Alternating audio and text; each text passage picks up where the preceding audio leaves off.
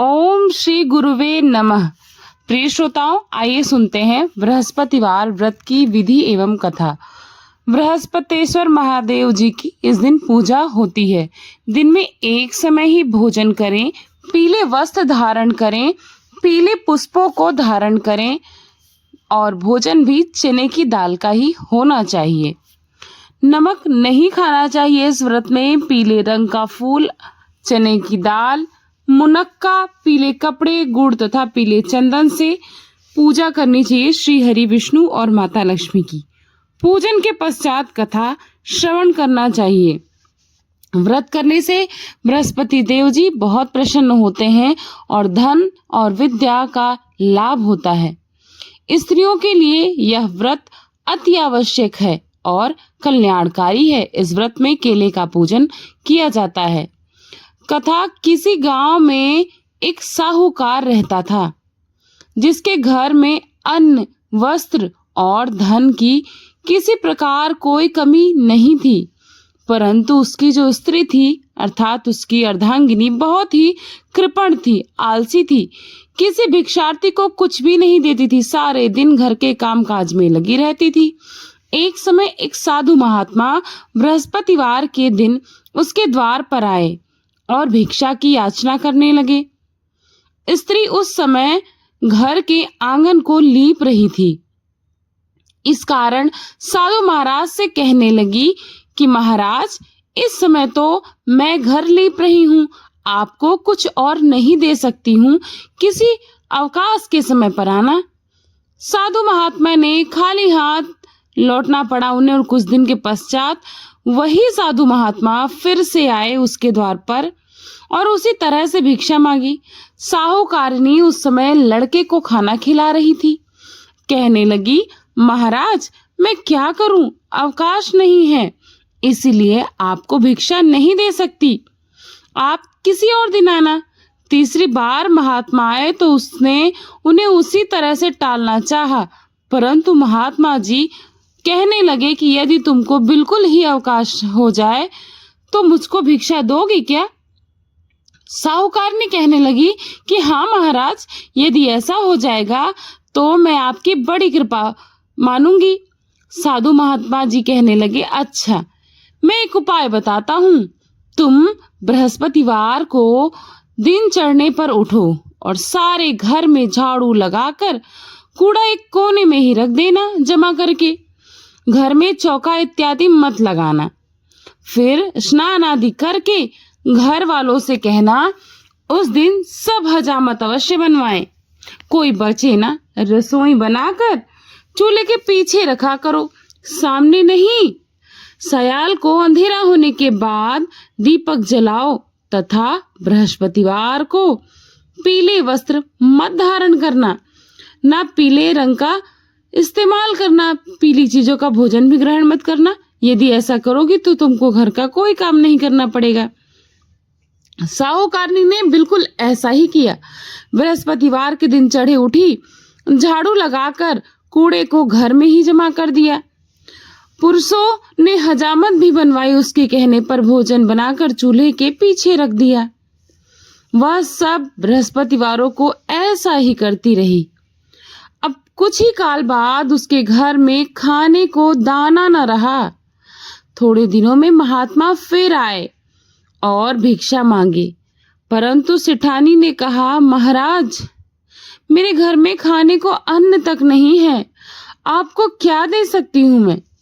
तब महात्मा ने कहा कि जब तुम्हारे घर में सब कुछ था तब भी तुम कुछ नहीं दे सकती थी, अब पूरा पूरा अवकाश है तब भी तुम कुछ नहीं दे सकती हो, तुम चाहती क्या हो वह कहो।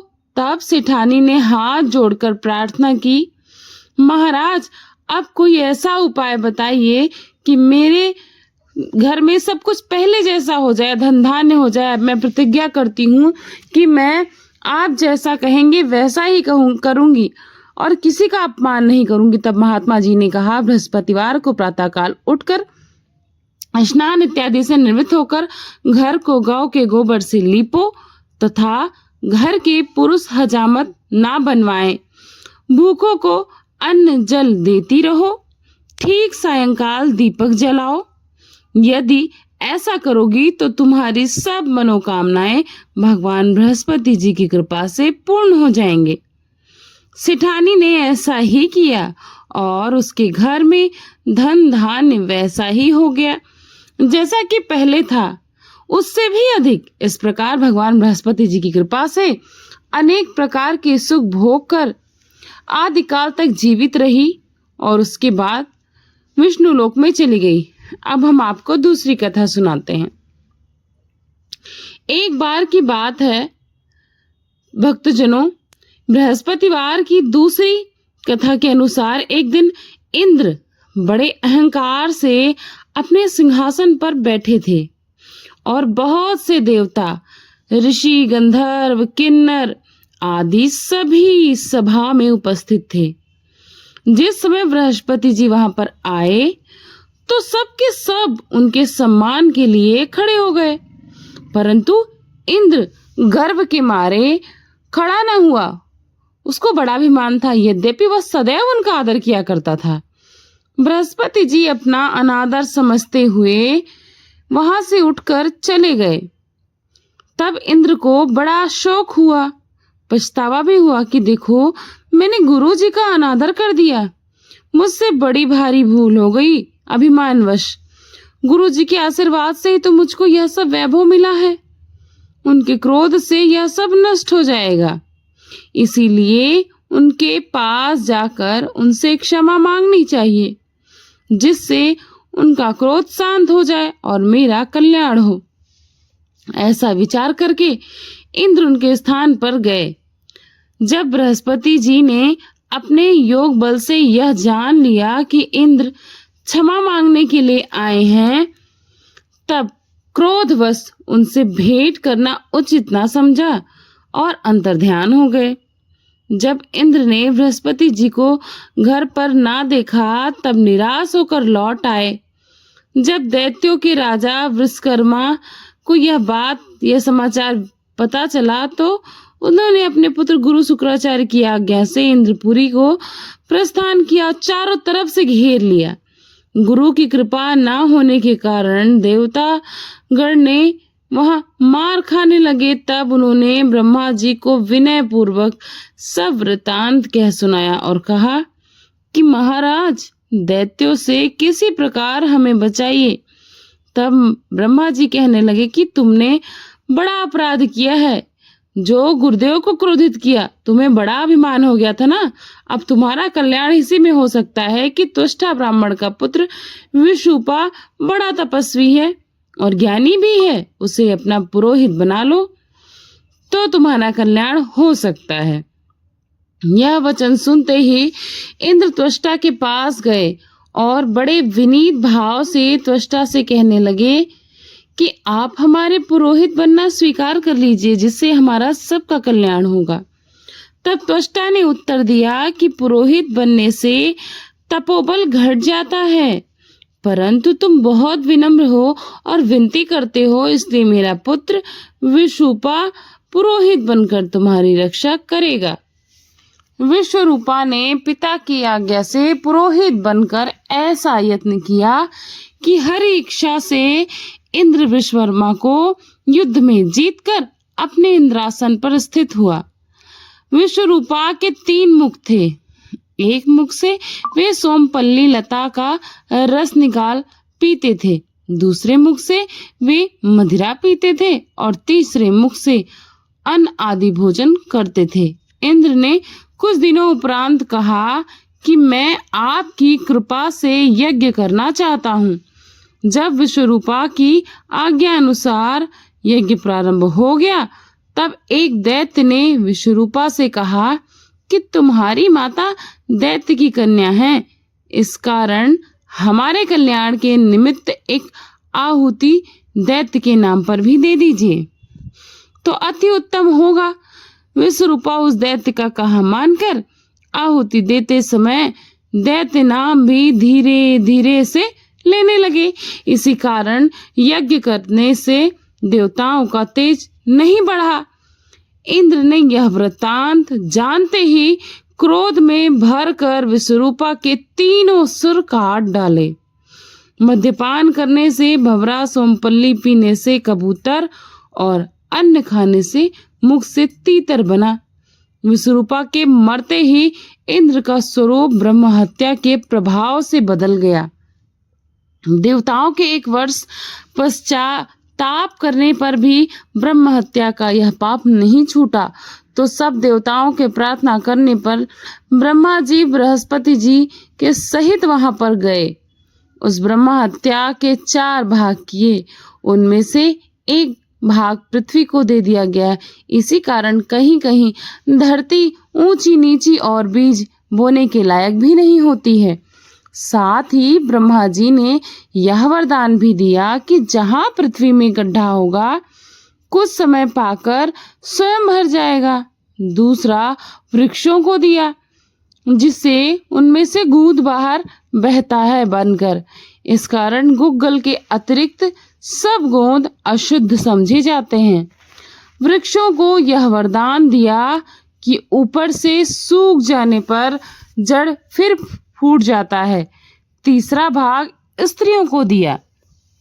इस कारण स्त्रियां हर महीने में रजस्वला होकर पहले दिन चंडालिनी, दूसरे दिन ब्रह्मघातिनी, तीसरे दिन धोबिन के समान रहकर चौथे दिन शुद्ध हो जाती हैं और संतान प्राप्ति का उनको वरदान दिया। चौथा भाग जल को दिया, जिससे फेन, झाग, सिवाल आदि जल के ऊपर आ जाते हैं। जल को यह वरदान भी मिला कि जिस चीज में डाला जाएगा वह बोझ में बढ़ जाएगा। इसी प्रकार इंद्र को ब्रह्म हत्या के पाप से मुक्ति मिल गई। जो मनुष्य इस कथा को पढ़ते हैं या श्रवण करते हैं या हुंकार भरते हैं, उनके सारे पाप बृहस्पति महाराज की कृपा से नष्ट हो जाते हैं। सभी प्रेम से बोलिए बृहस्पति देव की जय। आप सभी को यह कथा कैसी लगती, एक बार कमेंट बॉक्स में जरूर बताइएगा। और अगर वीडियो के माध्यम से चैनल पर नए जुड़े हैं तो चैनल को सब्सक्राइब कर दीजिएगा, वीडियो को लाइक करिएगा। तो अब चलिए हम सब आरती करते हैं। ओम जय जगदीश हरे, स्वामी जय जगदीश हरे। भक्त जनों के संकट, दास जनों के संकट क्षण में दूर करे। ओम जय जगदीश हरे। जो ध्यावे फल पावे, दुख विन से मन का। स्वामी दुख विन से मन का, सुख संपत्ति घर आवे, सुख संपत्ति घर आवे, कष्ट मिटे तन का। ओम जय जगदीश हरे। मात पिता तुम मेरे, शरण गहूँ मैं किसकी। स्वामी शरण गहूँ मैं किसकी। तुम बिन और न दूजा, प्रभु बिन और न दूजा, हास करूँ मैं जिसकी। ओम जय जगदीश हरे। तुम पूर्ण परमात्मा, तुम अंतर्यामी। स्वामी तुम अंतर्यामी, पार ब्रह्म परमेश्वर, पार ब्रह्म परमेश्वर, तुम सबके स्वामी। ओम जय जगदीश हरे। तुम करुणा के सागर, तुम पालन करता। स्वामी तुम पालन करता।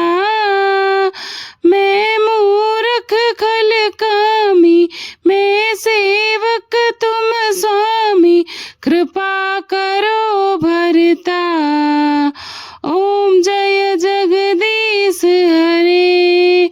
तुम हो एक अगोचर, जग के प्राणपति।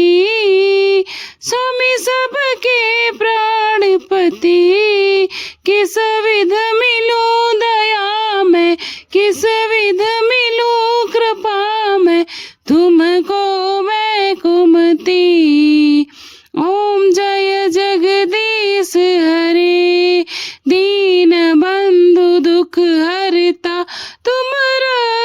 सेवक मेरे, स्वामी तुम ठाकुर मेरे, अपने हाथ उठाओ, अपनी शरण लगाओ, द्वार पड़ा तेरे। ओम जय जगदीश हरे, विषय विकार मिटाओ, पाप हरो देवा, श्रद्धा भक्ति बढ़ाओ, श्रद्धा प्रेम बढ़ाओ, संतन की सेवा। ओम जय जगदीश हरे, तन मन धन सब कुछ है तेरा, स्वामी सब कुछ है तेरा, तेरा तुझको अर्पण, प्रभु जी को अर्पण, क्या लागे मेरा। ओम जय जगदीश हरे, ओम जय जगदीश हरे, स्वामी जय जगदीश भरे, भक्त जनों के संकट, दास जनों के संकट, क्षण में दूर करे। ओम जय जगदीश हरे। Radhe Radhe. Thanks for watching Purnima Keshav blog.